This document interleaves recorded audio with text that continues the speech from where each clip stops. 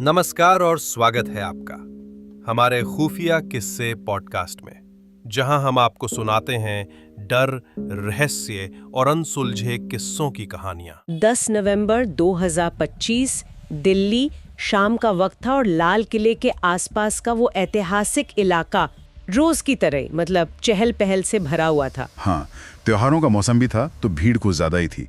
चांदनी चौक में लोग खरीदारी कर रहे थे, पास में मेला भी लगा था। बिल्कुल, बच्चे झूलों पर थे, सड़कों पर रिक्शा, गाड़ियां, वही दिल्ली का शोर। एक आम शाम। हाँ बिल्कुल, एक आम शाम। लेकिन फिर शाम के 6:45 बजे मतलब करीब 6:52 पर सब बदल गया। एक भयानक धमाका। हाँ, लाल किला मेट्रो स्टेशन के गेट नंबर 1 के पास ट्रैफिक सिग्नल पर खड़ी एक सफेद हुंडई i20 कार में जोरदार धमाका हुआ और शांति भंग हो गई। चारों तरफ बस अफरा तफरी मच गई। आज हम इसी घटना की गहराई में उतरेंगे। जो भी हमारे पास स्रोत हैं, न्यूज़ रिपोर्ट्स हैं, चश्मदीदों के बयान हैं, जांच के जो शुरुआती डिटेल्स सामने आए हैं, उनके आधार पर। बिल्कुल, हमारा मकसद है समझना कि भाई उस दिन असल में हुआ क्या था, फौरन क्या एक्शन लिया गया, जांच अब कहां तक पहुंची है और कौन से बड़े सवाल अब भी बाकी हैं। तो शुरू करते हैं उस धमाके से। शाम 6:30 Lal Qila metro station, gate number 1, एक हुंडई i20। चश्मदीदों ने जो बताया वो रोंगटे खड़े कर देने वाला है। धमाका इतना जोरदार था कि आवाज कई किलोमीटर दूर तक सुनाई दी। आसमान एकदम लाल हो गया था पल भर के लिए। कार तो जैसे आग का गोला बन गई, लपटें बहुत ऊंची उठ रही थी। और सिर्फ वही कार नहीं, आसपास खड़ी दूसरी गाड़ियां, रिक्शे, उनमें भी आग लग गई। कई में तो ड्राइवर भी बैठे थे। और ये इलाका, जैसा आपने कहा, ऐतिहासिक रूप से बहुत महत्वपूर्ण है। लाल किला है, चांदनी चौक बिल्कुल पास, और उस पर त्योहारों की भीड़। हाँ, इसी वजह से हादसे का असर और भी ज्यादा भयानक हो गया। ये सिर्फ एक धमाका नहीं था, ये शहर के दिल पर एक तरह का हमला था। चश्मदीदों की बात करें, एक स्थानीय कार्यकर्ता हैं मोहसिन अली। उन्होंने बताया कि कैसे जली हुई लाशों को गाड़ियों से निकाला गया, इंसानी जिस्म के टुकड़े बिखरे पड़े थे। वो कह रहे थे लोगों की टांगे फट गई थी, किसी को बचा पाना मुश्किल था। बहुत भयावह। और एक कपड़े के स्टॉल मालिक शमीम, उन्होंने बताया कि एक बड़ा आग का गोला हवा में उठा, पूरा इलाका जैसे रोशन हो गया। और सबसे डरावनी बात, उन्होंने मेले के फेरिस व्हील, वो बड़ा झूला, उसे भी आग की चपेट में आते देखा। उस पर लोग बैठे थे, चिल्ला रहे थे मदद के लिए। ओहो, ये तो कल्पना करना भी मुश्किल है। एक और चश्मदीद इरफान, उन्होंने कटे हुए हाथ, उंगलियां, यहाँ तक कि कार का स्टीयरिंग व्हील हवा में उड़ते देखा।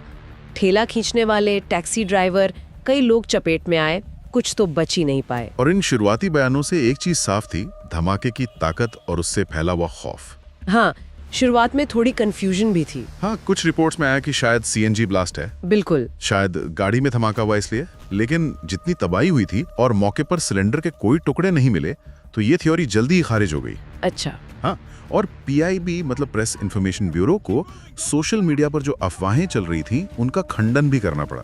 कुछ लोग बेरूत एयर स्ट्राइक की तस्वीरें दिल्ली ब्लास्ट की बताकर डाल रहे थे। ओह, ये तो गलत बात है। खैर, इस अफरा तफरी के बीच पुलिस और बाकी एजेंसियां फौरन हरकत में आईं। हाँ, पुलिस ने तुरंत इलाके की घेराबंदी की। दिल्ली फायर सर्विस की 7 गाड़ियां मौके पर पहुंची और करीब आधे घंटे में शाम 7:29 तक आग पर काबू पा लिया गया।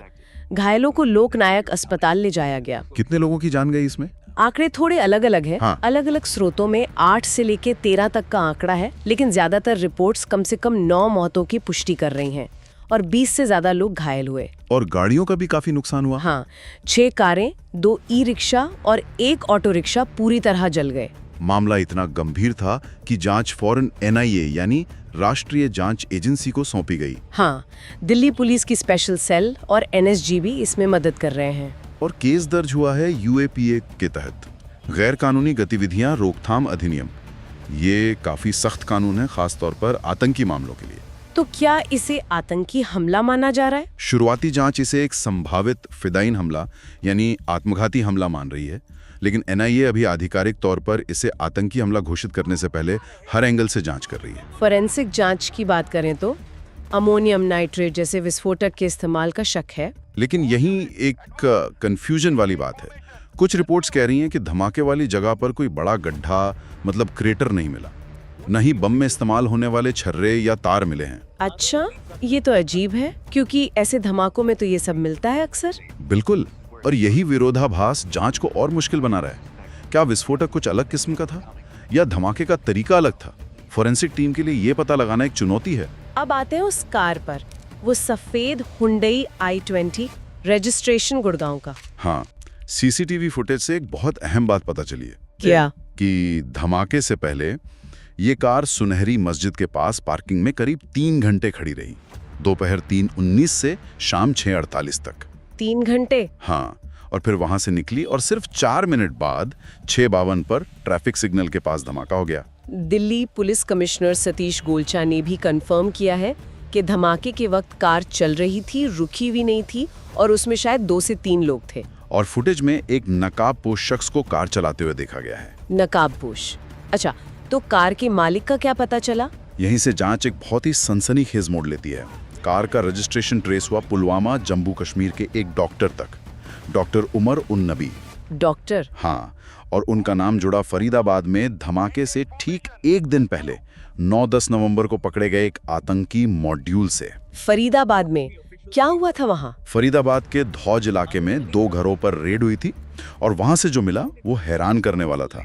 करीब 2900 किलो विस्फोटक। 2900 किलो? हाँ, जिसमें अमोनियम नाइट्रेट शामिल था, साथ में AK राइफल, पिस्तौल, टाइमर, मतलब बॉम्ब बनाने का पूरा सामान। बाप रे, ये ठिकाने किसके थे? ये ठिकाने भी 2 डॉक्टरों के थे, डॉक्टर मुजम्मिल शकील गनाई और डॉक्टर अदील मजीद राथर। ये भी डॉक्टर? हाँ, और ये दोनों फरीदाबाद की अल फलाह यूनिवर्सिटी में काम करते थे। अच्छा। और डॉक्टर उमर उन नबी, जिसकी i20 कार धमाके में इस्तेमाल हुई, वो भी इसी यूनिवर्सिटी से जुड़ा था। ये तो मतलब डॉक्टरों का एक पूरा नेटवर्क लग रहा है। बिल्कुल। और एक और बात सामने आई, ये i20 कार पिछले कुछ महीनों में कई बार खरीदी बेची गई थी। गुड़गांव से ओखला, फिर अंबाला और आखिर में पुलवामा। क्यों? क्या पहचान छिपाने के लिए? लगता तो यही है। जांच इसी एंगल से देख रही है। ये पूरा मामला एक कथित व्हाइट कॉलर टेरर मॉड्यूल की तरफ इशारा कर रहा है। पढ़े लिखे पेशेवर, खासकर डॉक्टर, इसमें शामिल हैं। ये तो बहुत ही चौंकाने वाली बात है। कौन कौन है इस मॉड्यूल में मुख्य संदिग्ध? देखिए, जो नाम अब तक सामने आए हैं उनमें सबसे अहम है डॉक्टर मुजम्मिल गनाई। पुलवामा का है, अल फलाह में डॉक्टर, शिक्षक। इसे मास्टरमाइंड माना जा रहा है। फरीदाबाद से विस्फोटक इसी के ठिकाने से मिला है और ये भी पता चला है कि इसने जनवरी 2025 में लाल किला इलाके की रेकी की थी। रेकी भी की थी? हाँ। फिर है डॉक्टर अदील अहमद राठेर, कुलगांव का है, ये भी अल फलाह में था। सहारनपुर से गिरफ्तार हुआ और इसके श्रीनगर GMC लॉकर से एक AK-47 भी मिली है। ओह। तीसरा डॉक्टर उमर उन नबी, पुलवामा का। शक है कि यही कार चला रहा था, धमाके के बाद से लापता है। इसके पेरेंट्स के DNA सैंपल लिए गए हैं पहचान के लिए। और भी लोग हैं? हाँ, कई और नाम हैं। लखनऊ की एक डॉक्टर है, डॉक्टर शाहीन सईद। हैदराबाद का एक डॉक्टर, डॉक्टर अहमद मुहिउद्दीन सैयद। इसके पास से तो ग्लॉक, बरेटा पिस्तौल और रिसिन जहर बनाने का सामान मिला है। जहर? हाँ, रिसिन। फिर शोपियां का एक मौलवी है, इरफान अहमद, जिस पर इन डॉक्टरों को कट्टर बनाने का आरोप है। और मेवात का एक और मौलवी, हफीज मोहम्मद इश्तियाक, इसके घर से तो करीब 2500 किलो विस्फोटक मिला है। हे भगवान, डॉक्टर, मौलवी, इतने पढ़े लिखे लोग और इतना सारा विस्फोटक, हथियार, ये सब किस दिशा में जा रहा है? यही सबसे चिंताजनक पहलू है। ये कट्टरता के बदलते चेहरे की तरफ इशारा कर रहा है। जांच एजेंसियां इन सब के तार JEM और AGOH जैसे आतंकी गुटों से जोड़ रही हैं। और ये लोग आपस में बात कैसे करते थे? एनक्रिप्टेड चैनल्स के जरिए, मतलब ऐसे सीक्रेट तरीके से कि बातचीत पकड़ना मुश्किल हो। ये दिखाता है कि आतंकी संगठन अब पढ़े लिखे लोगों को टारगेट कर रहे हैं और टेक्नोलॉजी का भी पूरा इस्तेमाल कर रहे हैं। डॉक्टर अहमद मुहिउद्दीन सैयद का लिंक तो ISKP यानी इस्लामिक स्टेट खुरासान से भी बताया जा रहा है। ये सब सुनकर तो लगता है जांच काफी आगे बढ़ी है, लेकिन इसमें कई नए सवाल भी खड़े कर दिए हैं, जैसा कि रिपोर्ट्स में भी आ रहा है। बिल्कुल। सबसे बड़ा सवाल तो वही है विस्फोटक। अगर पारंपरिक विस्फोटक था तो गड्ढा और छर्रे क्यों नहीं मिले? और अगर नहीं तो फिर ये क्या था? कोई केमिकल, कोई ईंधन? सही बात है। और दूसरा, चलती गाड़ी में इतना बड़ा धमाका कैसे हुआ? टाइमर था, रिमोट था, या कोई ऐसा केमिकल था जो हिलने से फट गया? तीसरा सवाल, कार में 2-3 लोग थे। अगर ये फिदाइन हमला था तो क्या वो सब आत्मघाती थे या उन्हें पता ही नहीं था कि वो क्या ले जा रहे हैं? उनकी पहचान क्या है, मकसद क्या था, ये जानना बहुत जरूरी है। और चौथा, सबसे अहम, सुरक्षा का सवाल। इतना हाई सिक्योरिटी जोन, लाल किले के इतने पास विस्फोटक से भरी गाड़ी बिना किसी चेकिंग के कैसे पहुंच गई? ये इंटेलिजेंस फेलियर है या सुरक्षा में चूक? और वो शुरुआती कंफ्यूजन क्यों थी सीएनजी ब्लास्ट को लेकर? क्या सिर्फ गलत अंदाजा था या कुछ और? हाँ, और वो कार का बार बार बिकना, क्या वो सिर्फ इत्तेफाक था या जांच भटकाने की साजिश? और आखिर में फॉरेंसिक टीम को विस्फोटक का टाइप कंफर्म करने में इतनी देर क्यों लग रही है? क्या सबूत मिट गए या धमाका इतना अलग किस्म का था? ये सारे सवाल हैं जिनके जवाब एनआईए ढूंढ रही है। जाहिर है इतने बड़े धमाके का असर सिर्फ जांच तक सीमित नहीं रहा, राजनीतिक तौर पर भी काफी कुछ हुआ। हाँ, धमाके के कुछ ही घंटों बाद कुछ विपक्षी पार्टियों ने, जैसे टीएमसी के सांसदों ने गृह मंत्री अमित शाह के इस्तीफे की मांग की। इसे सुरक्षा में एक बड़ी चूक बताया। और सरकार की तरफ से क्या प्रतिक्रिया थी? सरकार की तरफ से भी तेज प्रतिक्रिया आई। प्रधानमंत्री मोदी ने कड़ी निंदा की, दोषियों को सजा दिलाने का आश्वासन दिया। गृह मंत्री अमित शाह खुद मौके पर गए, अस्पताल गए और हाई लेवल जांच के आदेश दिए।